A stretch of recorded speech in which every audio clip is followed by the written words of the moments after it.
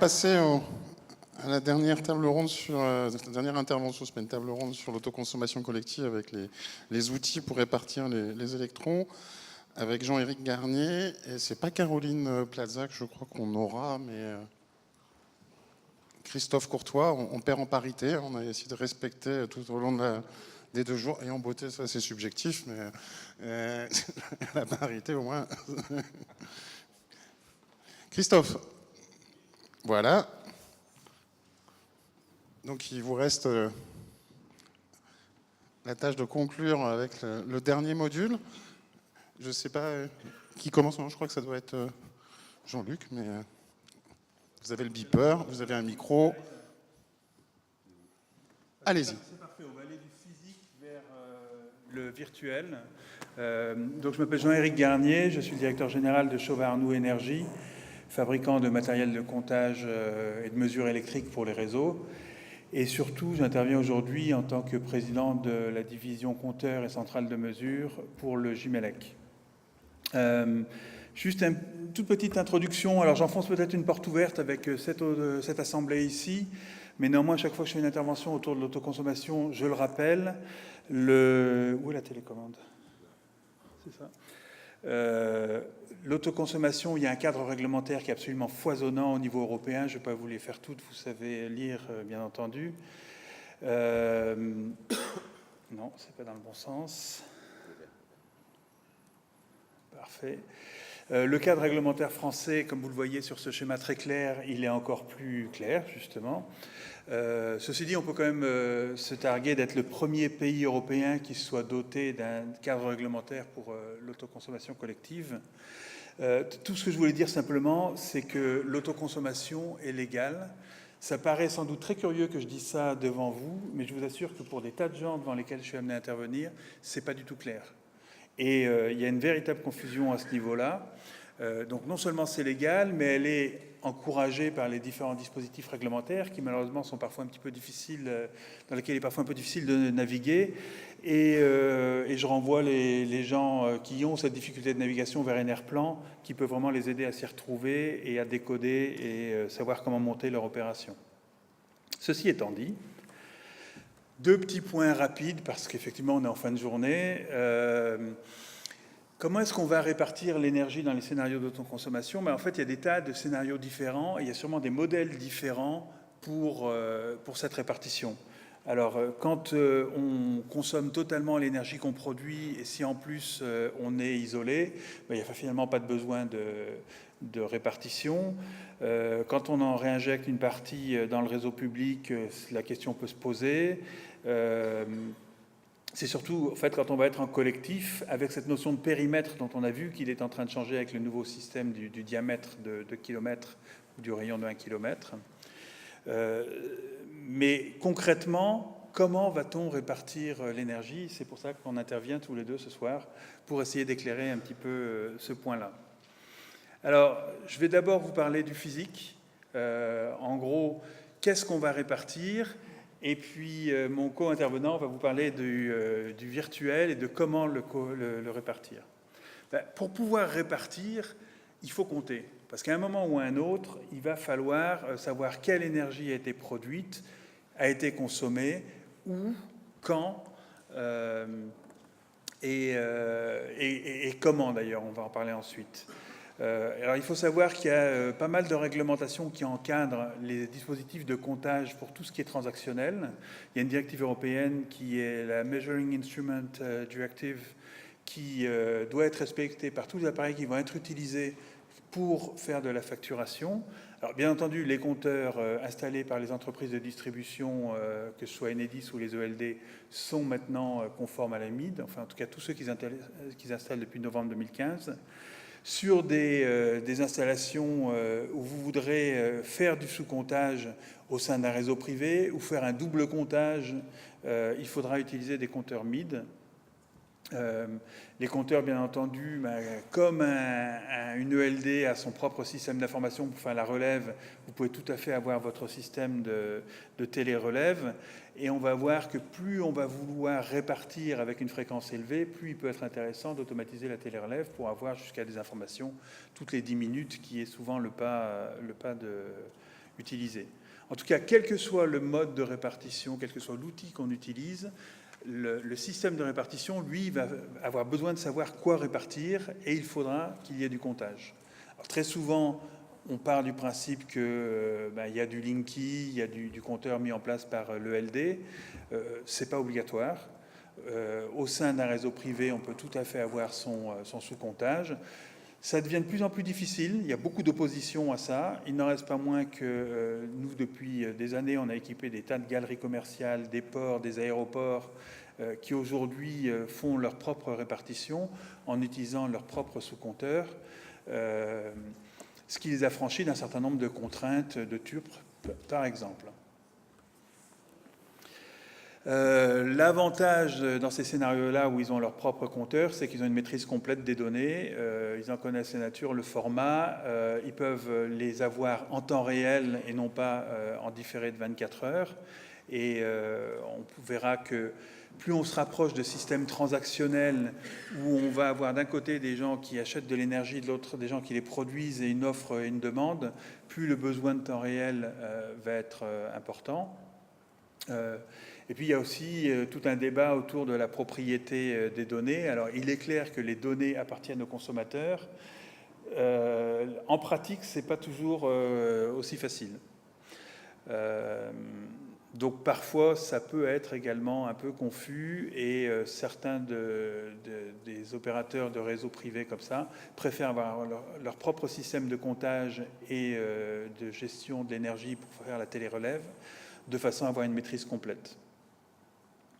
On a beaucoup, bien entendu, parlé de kilowatts et de kilowattheures.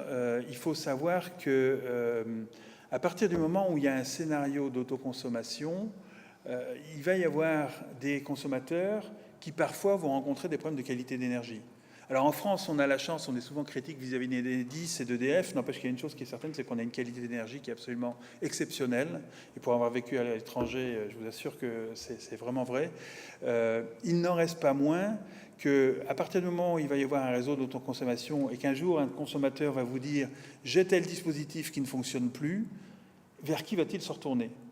S'il se retourne vers Enedis, Enedis va lui dire monsieur, retournez-vous plutôt vers l'entité morale qui gère votre réseau d'autoconsommation, même si en pratique c'est plutôt le producteur qui est responsable. Alors si vous avez plusieurs producteurs sur le réseau, ça va être très compliqué à gérer. Et là, il va vraiment être important d'avoir à certains points du réseau des outils qui vont permettre de s'assurer de la qualité de la fourniture. Parce qu'il y a des obligations, il y a une norme en particulier qui s'appelle l'EN 50160 qui définit la qualité de l'énergie. Il y a des gabarits qui fonctionnent sur une semaine et qui doivent être respectés quand on est fournisseur d'énergie. Donc il va falloir, le cas échéant, pouvoir s'assurer qu'on est bien conforme à ça, ou s'il y a un problème, arriver à détecter l'origine du problème. Et là aussi, d'une part, il y a des normes qui existent, mais il y a des appareils aussi qui vont vous permettre de vérifier de manière très simple, sans être un expert, si la fourniture énergétique est conforme à la norme, et si ce n'est pas le cas, donner des pistes sur l'origine du problème. Et ces appareils peuvent même, dans certains cas, lorsqu'ils sont classe A, être opposables juridiquement. Alors, la répartition des kilowattheures, c'est ce dont on va parler maintenant. C'est le point que je viens d'évoquer, qui aujourd'hui n'est pas un problème en France, et donc on a tendance à l'ignorer, il va l'être de plus en plus.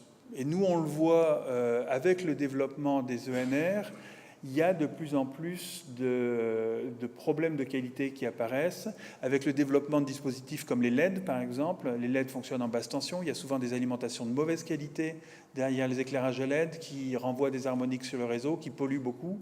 Et on voit en fait une augmentation des problèmes de qualité d'énergie. Donc ces problèmes, ils vont devenir plus préoccupants et on va y porter plus d'attention, je pense, dans les années et les décennies à venir. Et en arriver à la conclusion que finalement, tous les kilowattheures ne sont pas égaux, ou tous les kilowatts ne sont pas égaux, qu'il y en a qui sont, c'est un peu comme les fruits sur l'étalage, il y en a qui sont plus beaux que d'autres. Alors il y a des gens que ça ne dérange pas que les fruits soient un peu moins beaux, et puis il y a des gens pour lesquels c'est vraiment critique, et donc ils ont besoin de la qualité. Et une des questions qu'il faut se poser vis-à-vis de votre intervention, c'est est-ce que les systèmes que vous proposez seront capables d'intégrer à terme ce genre de préoccupations, ou est-ce qu'ils sont limités simplement à la gestion des kilowattheures? Très bien. Bonsoir à tous. On a répété en fait, juste avant, la transition, exactement. Écoutez, merci aux courageux d'être restés jusqu'à maintenant. J'espère que vous allez apprendre encore plein de choses. Moi, je vais vous présenter Sunshine. Voilà. Donc Sunshine, en fait, c'est une spin-off du bureau d'études Texol. On a créé la société en 2016 avec la volonté, en fait, de apporter un service dans le cadre de l'autoconsommation collective dans un premier temps et en utilisant, en fait, la technologie des blockchains. Donc on a été lauréat de l'appel à projet Green Tech Verte du ministère et tout ça ensuite s'est enchaîné. On a eu la possibilité d'avoir des contacts avec Enedis. On a signé une convention de partenariat qui a permis à la fois aux gestionnaires de réseau et à nous-mêmes d'avancer dans le cadre de nos développements.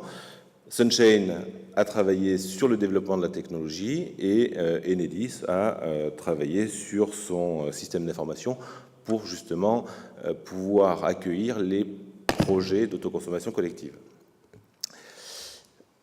On considère en fait qu'avec le numérique, on a le champ des possibles qui s'ouvre.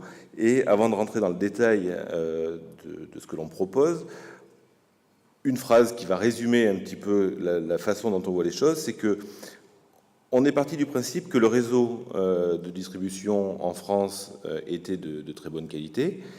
Par contre, on pouvait, avec le digital, apporter une couche supplémentaire. Donc, on va virtualiser ce réseau pour apporter de nouveaux services. Et ces services, entre autres, concernent la répartition de l'énergie qu'on va faire entre les différents autoconsommateurs.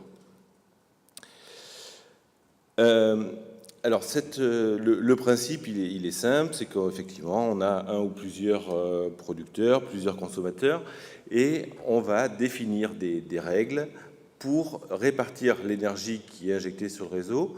Donc les producteurs vont mettre à disposition l'énergie sur le réseau, et puis on va distribuer cette énergie auprès des différents consommateurs. Un cas, alors je suis assez fier, c'est un peu le hasard du calendrier, mais depuis mai 2016, on travaille au développement de la technologie. On a participé à pas mal de conférences pour dire un petit peu ce qu'on faisait, ce qu'on pouvait faire. Et demain, le projet de Prémian va être équipé, la technologie de Sunshine va être déployée pour la première fois en France. C'est le premier projet autoconsommation qui associe une technologie de blockchain. Et donc ce projet de Prémian, c'est un projet qui est dans l'Hérault, dans le sud de la France. Et c'est un projet en fait qui est très intéressant à plusieurs titres. Alors déjà, il a une taille modeste, une trentaine de kilowatts. On va alimenter une demi-douzaine de consommateurs. Et ces consommateurs, on va retrouver des bâtiments publics, des bâtiments privés, le boulanger, le logement, la femme du boulanger, la poste, etc. Et donc, ça nous a permis justement de nous confronter à la réalité du terrain, voir un petit peu quelles étaient les problématiques. Alors tout à l'heure, ma collègue de Texol a parlé de la personne morale. On a travaillé aussi en profondeur sur cette thématique. Aujourd'hui, cette installation, elle a un taux d'autoconsommation de l'ordre de 94%, et donc 6% d'excédent. Ces 6% sont traités avec Enarcop, qui a passé une convention avec la mairie.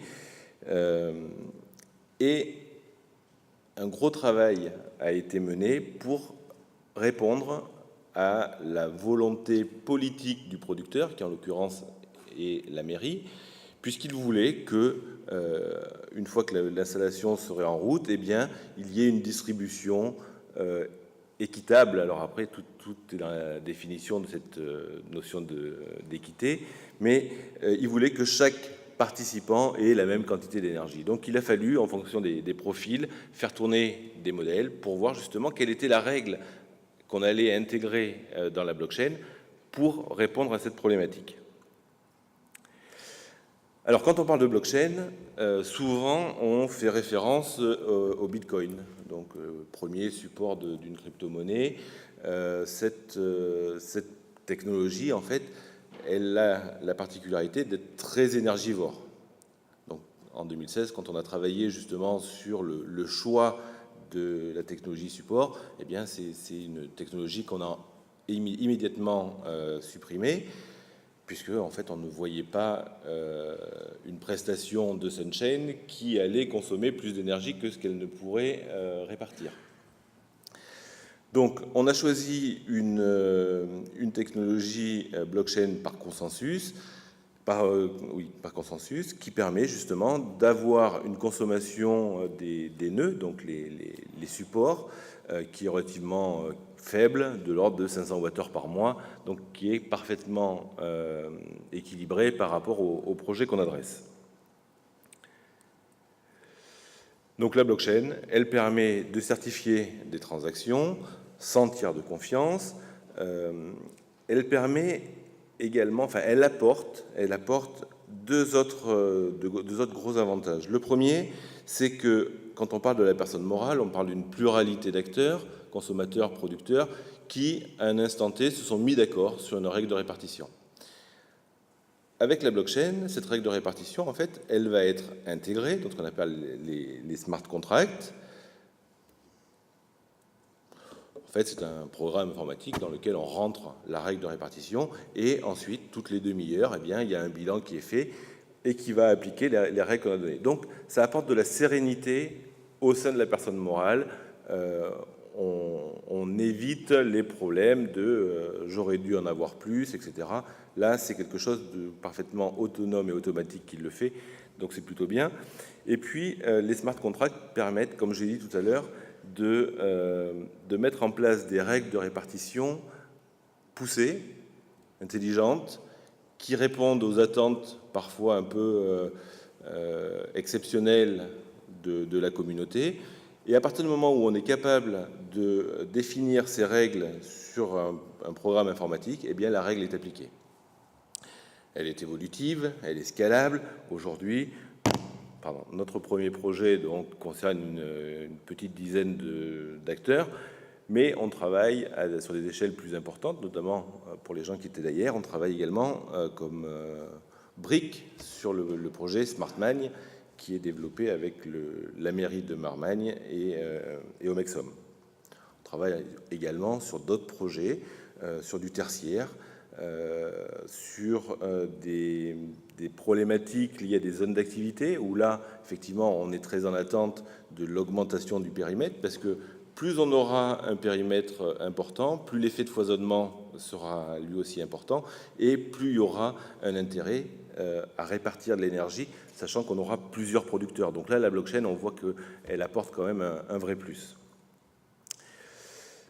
Donc, un mot, même si je pourrais répondre à des questions tout à l'heure pour les personnes qui sont intéressées. Notre technologie, en fait, elle a été développée sur la technologie développée par Hyperledger Fabric. Donc, ça a été mis en place par la Fondation Linux et c'est déjà utilisé en fait dans d'autres secteurs, le transport, la logistique, la certification de diamants, etc. Donc, c'est quelque chose qui est assez robuste et qui bénéficie de mises à jour régulières pour éviter justement qu'on soit sur une technologie orpheline. Alors, la blockchain et l'énergie, c'est quelque chose qui est très dynamique. Alors, je pense, en toute modestie, qu'on a été l'un des précurseurs il y a 2 ans. Aujourd'hui, vous avez un tableau qui est illisible, mais c'est fait exprès, parce que si vous avez des projets, il faut que vous vous adressiez à moi. Mais ça, c'est tous les cas de blockchain qui sont appliqués à l'énergie. Alors, pas forcément sur le cas de l'autoconsommation, en France, et puis dans le monde. Donc, vous voyez que les choses sont en train de se structurer.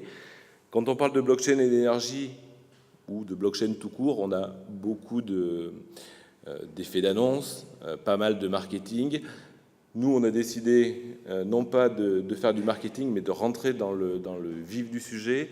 Et j'espère, dans quelques mois, quand on pourra distribuer l'énergie, quand on aura passé les délais, etc., revenir vers vous et pour vous montrer des vrais résultats. Alors, pour conclure et pour répondre à la question qui m'a été posée, aujourd'hui, effectivement, on s'est concentré sur la problématique du volume. On cherchait à faire de la répartition d'énergie entre producteurs et consommateurs. Mais, encore une fois, on a parlé de quantité de kilowattheures. On pourrait très bien envisager, si demain le besoin s'en faisait sentir, le fait de pouvoir intégrer les notions de qualité de l'électricité.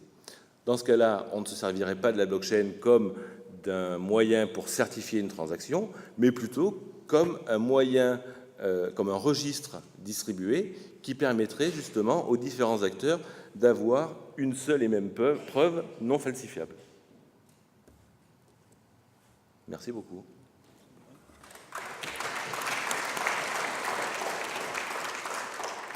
Je me permets de vous poser une deuxième question. Alors. Donc, on met en place un certain nombre de règles. Il y a ce smart contract. Votre système va gérer le smart contract. Si à un moment donné, un utilisateur, un consommateur va au-delà de ce qui est prévu dans le contrat, évidemment, vous n'allez pas lui couper la fourniture. Simplement, il va à ce moment-là basculer sur de l'électricité fournie par l'opérateur. Oui. La blockchain n'a pas vocation à piloter les consommations des uns et des autres. Alors, c'est des services qui peuvent s'additionner. La blockchain, en fait, le cœur du sujet, c'est de définir des règles suffisamment pertinentes pour qu'on ait un taux d'autoconsommation important. Et effectivement, si on a un consommateur qui consomme plus que la quote-part qui lui était adressée, eh bien, le complément se fera naturellement par le réseau avec son fournisseur. Ce que je n'ai pas précisé, c'est que les consommateurs conservent le choix de leur fournisseur réseau. Il n'y a pas de problématique particulière par rapport à ça. Très bien. Oui. Vous avez utilisé jusqu'au bout le temps imparti. Donc on a 15 minutes juste de questions-réponses. Monsieur Courtois, juste un complément sur le point que vous venez de faire. Dans le cadre d'un outil comme Sunchain, si par exemple on a dans le groupe des 6 personnes des consommateurs vertueux qui consomment le maximum pendant que le soleil brille et moins la nuit, et d'autres qui consomment le soir après 20 heures dans les 6, est-ce qu'on peut intégrer des règles qui encouragent l'organisation justement de la consommation vertueuse ? Alors, c'est une discussion récurrente qu'on a en interne, mais qu'on a également avec différents partenaires ou collègues. Effectivement, il faudrait qu'on soit capable de mettre en place une règle qui vise à favoriser soit une utilisation vertueuse de l'énergie, soit alors une utilisation quand le solaire produit et donc sur lequel on peut... Après, ce qui est difficile, c'est qu'on ne va pas pouvoir récompenser un consommateur en kilowattheure. C'est-à-dire que la règle, elle est là. Si on lui demande d'abaisser sa consommation ou de la maîtriser, fatalement, on ne pourra lui adresser que les kilowattheures qu'il a consommés. C'est le principe qu'on ne peut pas... Donc, je pense qu'il faut prendre un petit peu de recul et regarder de quelle manière on pourrait récompenser les gens qui consomment peu et au bon moment.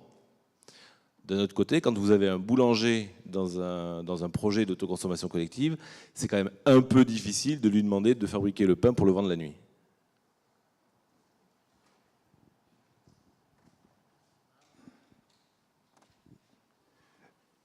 Est-ce qu'au travers de la blockchain, vous avez un relatif pouvoir de pilotage de charges et de choses comme ça pour justement atteindre vos objectifs? Est-ce que vous avez cette délégation de responsabilité et où est-ce qu'après, techniquement, c'est possible? Alors, c'est possible. La blockchain ne permet pas de le faire, c'est-à-dire que ce n'est pas un outil qui va agir sur les différents usages de l'électricité à l'intérieur d'un bâtiment ou à l'intérieur d'un quartier. Par contre, c'est une brique qui est complémentaire. La blockchain va permettre de répartir. Le pilotage va permettre de peut-être répartir plus, parce qu'on aura une meilleure adéquation entre le profil de consommation et les profils de consommation et le profil de production. Une question pour Monsieur Garnier. À partir de combien d'ENR dans le mix énergétique? Je suis là, monsieur. Dans le mix énergétique, on va avoir des problèmes de qualité, ceux que vous évoquez. Et une deuxième question, c'est pour vous, quel est le pas de temps nécessaire? Parce que le temps réel, vous savez, en informatique, ce n'est pas du vrai temps réel. Donc, pour vous, quel est le bon pas de temps pour mettre en place un système de pilotage? De pilotage, comme l'évoquait monsieur, sur le fait d'éventuellement optimiser son pourcentage d'autoconsommation en consommant... Au-delà de ça, c'est pour essayer de maximiser la qualité. La qualité, d'accord. Alors, la qualité, la norme EN 50-160, elle fonctionne sur un pas d'une semaine qui part du lundi 0h jusqu'au dimanche 23h59. Il y a un certain nombre de gabarits statistiques à respecter sur les creux de tension, les surtensions, les variations de fréquence, etc. Donc là, on est sur quelque chose qui fonctionne à la semaine. On se rend compte que les problèmes les plus problématiques, les plus difficiles à traiter, sont souvent en fait des problèmes qui sont intracycles, donc à un très bas niveau, où là, il faut vraiment du temps réel. Donc, on utilise des analyseurs qui vont permettre de surveiller ces problèmes, d'enregistrer en permanence et après de venir voir ce qui s'est passé, éventuellement d'où vient le défaut, est-ce qu'il vient de l'amont ou de l'aval, et comme ça, au sein de son réseau, arriver à identifier le problème. Je donnais tout à l'heure, on discutait en préparant l'exemple, on avait une société qui fait des fontaines d'eau. Les fontaines d'eau, ce n'est pas des appareils extraordinairement high-tech, hein, on pourrait penser, et qui avait des gros problèmes de fonctionnement de ces fontaines, qui ne refroidissaient pas correctement, les compresseurs tombaient en panne. Ils se sont rendus compte qu'il y avait un restaurant rapide, dont je ne citerai pas la marque, qui était pas loin et qui réinjectait dans le réseau des tas d'harmoniques, en fait. Donc, il n'y a pas que les gens qui fabriquent du silicium, en fait, qui rencontrent des problèmes de qualité d'énergie. Globalement, en France, ce n'est pas un problème parce que, encore une fois, on a des réseaux de très très bonne qualité, les transformateurs font une très bonne isolation et donc ces problèmes ne traversent pas les transfos. Plus on va avoir des installations petites, plus les dispositifs de filtrage, de protection vont être réduits et on pense que ces problèmes vont apparaître, se développer. Donc, une réponse un peu incomplète ou un peu curieuse à votre question. La fréquence, sur certains problèmes, il faudra vraiment descendre très très bas et observer en temps réel, ou en tout cas enregistrer en temps réel pour revenir voir derrière un très bas niveau. Et puis d'autres problèmes qui sont les obligations légales, donc le N50-160, c'est une obligation, eux qui fonctionnent sur un pas d'une semaine.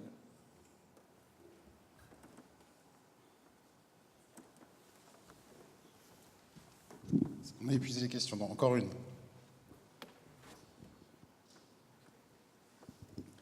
En fait, c'était une question que je voulais poser tout à l'heure à Madame Sord d'Enedis, mais que je peux vous poser à vous.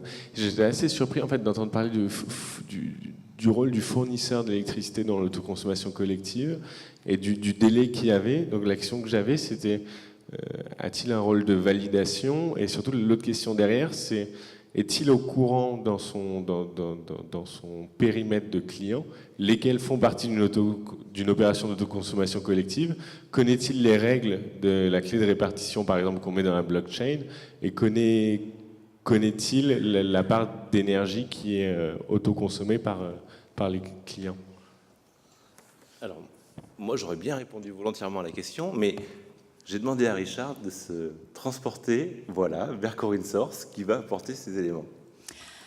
Alors, il y avait plusieurs questions, donc si j'en oublie une, vous me la reposerez. Alors, il y a un délai. Pourquoi il y a un délai entre le moment où on signe la convention et le moment où l'opération démarre? C'est justement pour que nous, Enedis, on puisse informer le fournisseur du fait qu'il a un ou plusieurs clients qui rentrent dans une opération d'autoconsommation collective, puisque derrière, ça va avoir un impact sur sa fourniture d'électricité. Donc, on ne lui communique aucune clé de répartition. Ça, c'est dans le contrat qu'on a signé avec la personne morale. Donc, c'est une donnée qu'on ne communique pas, qui est entre nous et la personne morale. Par contre, on va lui dire, voilà, monsieur le fournisseur, sachez que votre PDL numéro X entre dans une opération à compter de telle date. Donc, charge à lui d'aller ensuite échanger avec le client ou pas. Mais pourquoi on le fait aussi, c'est qu'il va recevoir des flux différents de ce qu'il reçoit aujourd'hui, puisqu'aujourd'hui, globalement, il reçoit ce qui est mesuré sur le compteur. Quand le client n'est pas dans une opération d'autoconsommation collective, on envoie au fournisseur la totalité de la mesure du compteur. Demain, on va lui envoyer juste ce qui relève de sa part et qui a été calculé dans nos systèmes d'information. Donc voilà, mais il n'a pas connaissance de la clé de répartition, bien sûr. Mais du coup, est-ce qu'il a connaissance du calcul qui est fait entre relevé compteur plus énergie autoconsommée? Parce que je pensais qu'il n'avait pas accès à la donnée et que finalement qu'on lui envoyait juste le relevé compteur modifié. Et finalement, je ne vois pas qu'est-ce qui fait de l'information. Alors, le fournisseur, les clients aujourd'hui, la majorité sont en contrat unique, c'est-à-dire que la facture du fournisseur porte la part TURP et la part fourniture. Donc on est tenu, nous, Enedis, de justifier le volume qu'on utilise pour facturer cette part TURP, et ensuite le fournisseur, lui, il justifie auprès du client ce qu'il, lui, la facture au titre de la fourniture. Donc un client, aujourd'hui, le fournisseur va recevoir un flux qui lui permet de justifier auprès du client quelle est l'assiette qu'a pris Enedis pour lui facturer le TURP.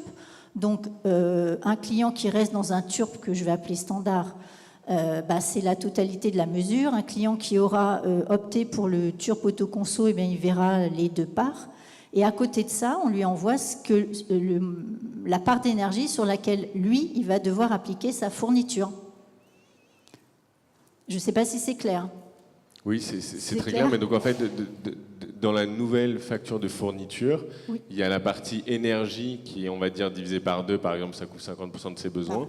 Et par contre, le nombre de kilowattheures total consommé, donc du réseau plus de l'opération d'autoconsommation collective, apparaît bien puisqu'elle sert à calculer la base du TURP. Oui, à date, donc ça fonctionne comme ça. Le fournisseur d'électricité sait très bien la répartition de son client qui participe à l'opération d'autoconsommation collective. Il sent en global, oui, aujourd'hui, oui, puisque aujourd'hui, c'est dans le fonctionnement du contrat unique, c'est le fournisseur qui porte le TURP auprès du client. Donc, on doit justifier de ce TURP, enfin de l'assiette. Merci, c'est clair. Je crois que c'est clair. Il me reste à vous remercier d'avoir tenu en haleine encore une petite...